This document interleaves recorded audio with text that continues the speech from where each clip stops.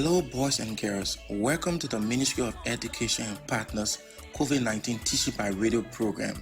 The Ministry of Education and Partners COVID-19 Teaching by Radio program is a 30-minute radio intervention support program that is meant to provide continuous instruction to keep you academically engaged during this stay-at-home period, as well as preparing you, our 6th, 9th, and 12th graders for the pending Liberia Primary School Certificate Exam, Liberia Junior High School Certificate Exam, and West Africa Senior Secondary Certificate Exam when the time comes.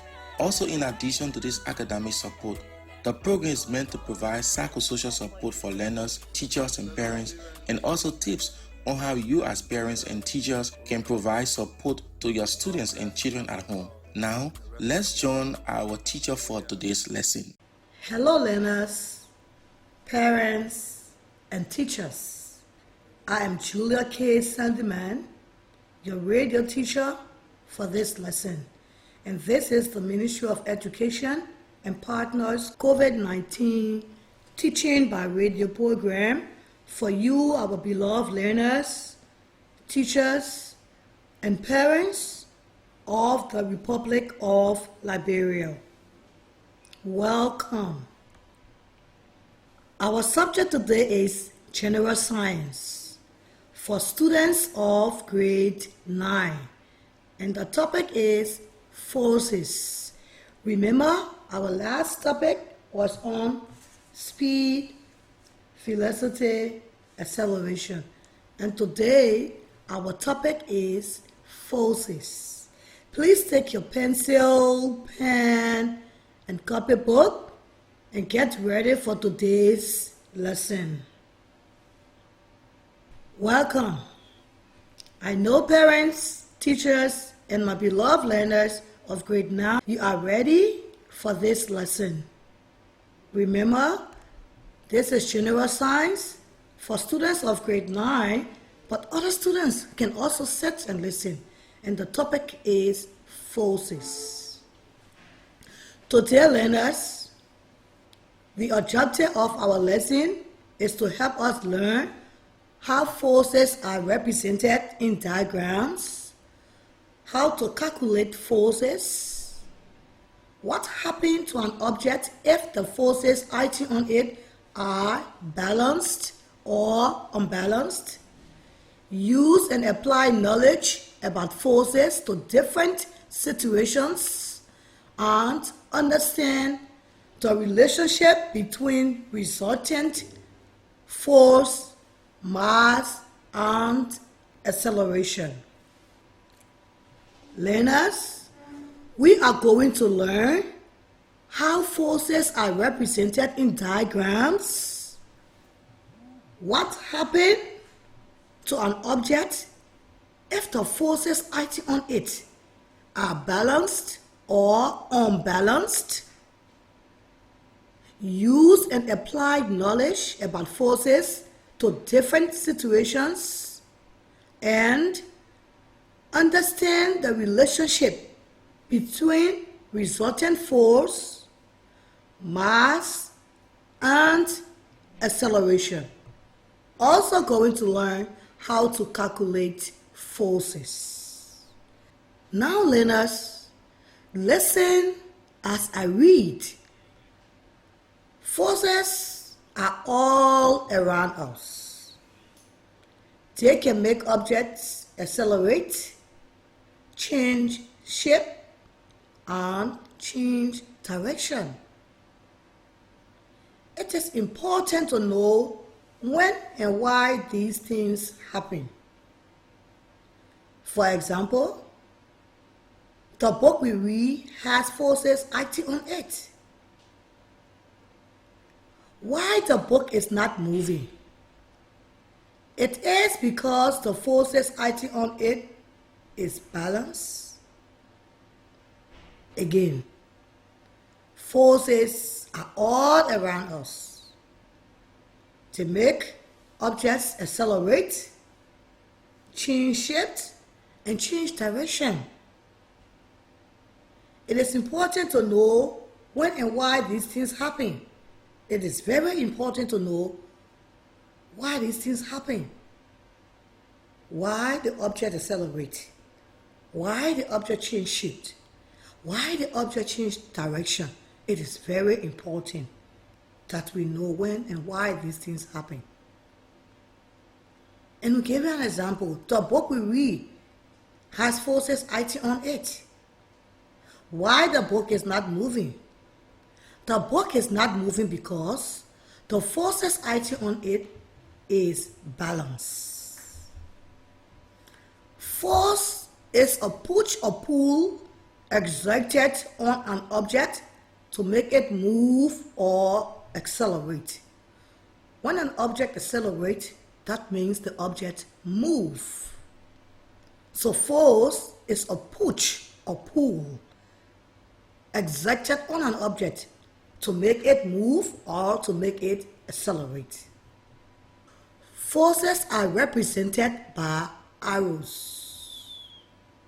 The arrow points in the direction of the force, and the length of the arrow represents the size of the force. If the forces are balanced, an object will remain at rest or move at a constant speed in a straight line. If the forces are balanced, an object will remain at rest, or if moving, it will move at a constant speed in a straight line. We call this inertia.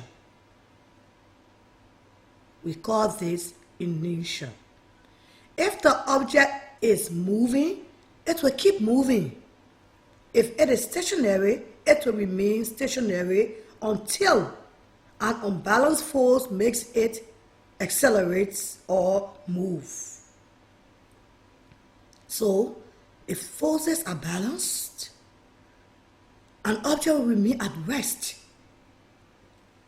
Or if it is moving, it will move in a constant speed in a straight line. And we call this inertia. If the forces are unbalanced, there is a resultant force. The resulting force will cause the object to accelerate. Forces such as velocity are vector quantities. This means that when you combine them together, you have to take their direction into account. Forces in the same direction can be added together, and forces in opposite direction are subtracted from one another. Learners, you understand that? Forces in the same direction can be added together, and forces in the opposite direction are subtracted from one another. The size of the acceleration depends on the resulting force and the mass of the object.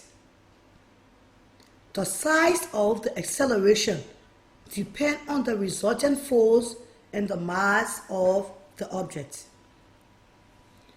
The larger the mass of the object, the smaller the acceleration.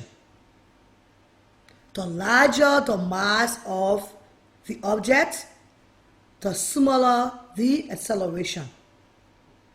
The larger the resultant force, the larger the acceleration.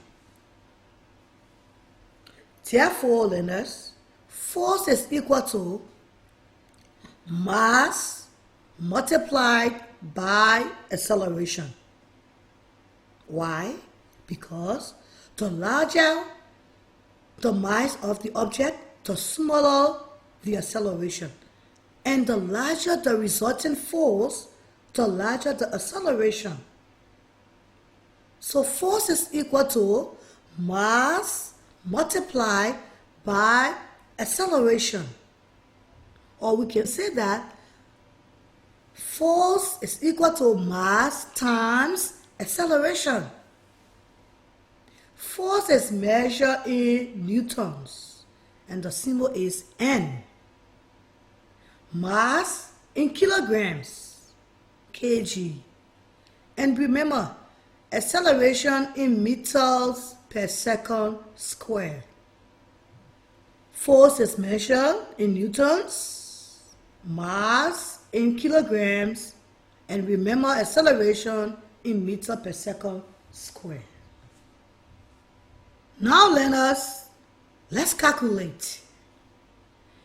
Remember, to calculate force, you have to multiply the mass and acceleration. Are you ready for us to calculate? Now, a toy rocket has a mass of 1 kg. A toy rocket has a mass of 1 kg and a weight of 10 newton. A toy rocket has a mass of 1 kg and a weight of 10 newton. If the acceleration upwards is 5 meters per second square, what is the force? If the acceleration upwards is 5 meters per second square, what is the force? What is the force? Again, I'm going to read that first example. A toy rocket has a mass of 1 kg and weight of 10 newton. If the acceleration upwards is 5 meters per second square, what is the force? A toy rocket has a mass of 1 kg and a weight of 10 newton. If the acceleration upwards is 5 meters per second square, what is the force? We will take a short break and bring you some health tips. Coronavirus spreads via droplets. When the person coughs or sneezes, the droplets land on surfaces and are picked up on the hands of others and spread further. People catch the virus when they touch their infected hands to their mouth, nose, or eyes. It follows that the single most important thing you can do to protect yourself is keep your hands clean by washing them frequently with soap and water or hand sanitizer. Welcome. Let's calculate the force. Force is equal to mass multiplied by acceleration. Therefore, the force is 5 newton. This is because the mass is 1 and the acceleration is 5. 1 multiplied by 5 is equal to 5. So the force is equal to 5 newton. You understand that? Remember, to calculate the force, you have to multiply the mass and acceleration. And in our first sample problem, our mass was 1 kg and acceleration was 5 meters per second square. So our force is therefore equal to 5 newton. Let's take another sample problem. And I want you to pick up a pencil and pen and write down this question so we can do it together. What is the force required to accelerate an object with a mass of 20 kg from stationary to 3 meters per second squared. Again, what is the force required to accelerate an object with a mass of 20 kg from stationary to 3 meters per second squared?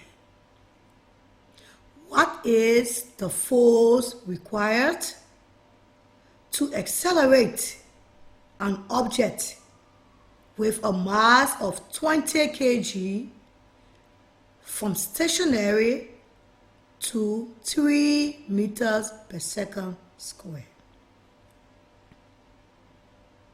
Please remember the formula. Force is equal to mass times acceleration. Therefore, the mass of 20 kg times the acceleration of 3 meters per second squared is equal to 60. So learners, the force is 60 Newton. You work it? Did you get that? Good. Let's take a third sample question. Calculate the force required for an 8-pound wagon to accelerate at 7 meters per second squared. I know you are saying this other question is very, very strange, because you're not hearing the kg, but you are hearing pounds. Calculate the force required for an 8-pound wagon to accelerate at 7 meters per second squared. Now learners, in this practice question, the mass is not given. So what do you think we should do? Let's think for a while. In this practice question, the mass is not given. So let's see. Now learners, let's read our question over. Calculate the force required for an 8-pound wagon to accelerate at 7 meters per second squared. Now, you will have to convert the 8 pounds to miles before you find the force. You will have to convert the 8 pounds to mass before you find the force. 1 pound is equal to 0.453 kg. 1 pound is equal to 0.453 kg. That is kilograms. You will need to multiply the value by the 8 pounds to determine the mass. So you will need to multiply the value by the 8 pounds to determine the mass. When you multiply 8 by 0.453, the value for the mass will be 3.62 kg. When you multiply 8 by 0.453, the value for the mass will be 3.62 kg. You cannot use your formula to find the force because you have converted from pounds to kg or kilograms. So remember, force is equal to mass times acceleration. So our mass now is 3.62 kg times our acceleration of 7 meters per second squared. So our force is equal to 25.34 Newton. If you times the mass of 3.62 kg by 7 meters per second square, the answer will be 25.34 Newton, and that is our force. Learners, today we learned that force is a push or pull exerted on an object to make it move or accelerate. And forces are represented by arrows. The arrow points in the direction of the force, and the length of the arrow represents the size of the force. We also learn if the force acting on an object is balanced, then if it is stationary, it will stay still, and if it is moving, it will move in a constant speed in the same direction. We also learn if the force acting on an object are balanced, then if it is stationary, it will stay still, and if it is moving, it will move at a constant speed in the same direction. Also, if the forces acting on an object are unbalanced, there is a resultant force. When there is resultant force acting on an object, it will accelerate, it will move. The size of the acceleration depends on the mass and the size of the resultant force. The size of the acceleration depends on the mass and the size of the resultant force. Force is equal to mass multiplied by acceleration. Now, learners, I want you to write down these questions so you can continue practicing how to calculate forces. I want you to pick up a pencil, pen, and copybook and write down these questions so you can continue practicing how to calculate forces. Are you ready? Number 1. Find the force that is required to accelerate a 1000 kg car at 5 meters per second square. Find the force that is required to accelerate a 1000 kg car at 5 meters per second square. Find the force that is required to accelerate a 1000 kg car at 5 meters per second square. The second question, find the magnitude of force acting upon a cart weighing 100 Newton and accelerating at the rate of 2.5 meters per second square. Find the magnitude of force acting upon a cart weighing 100 Newton and accelerating at the rate of 2.5 meters per second square. Find the magnitude of force acting upon a cart weighing 100 Newton and accelerating at the rate of 2.5 meters per second square. Remember, you will have to find the mass before you calculate the force. Remember, you will have to find the mass. You will convert Newton to kilograms by dividing by 9.8 kg to get the mass.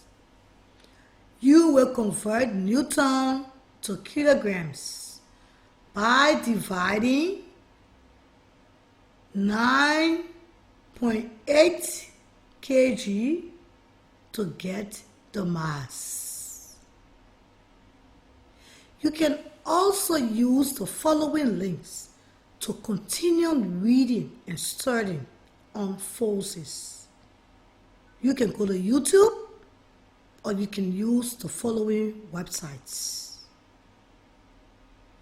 ck12.org, www.ck12.org, or www.khanacademy.org, www.khanacademy.org.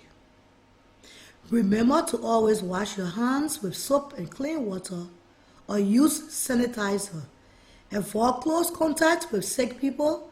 Cover your mouth and nose with clean tissue, towel, or handkerchief when coughing or sneezing.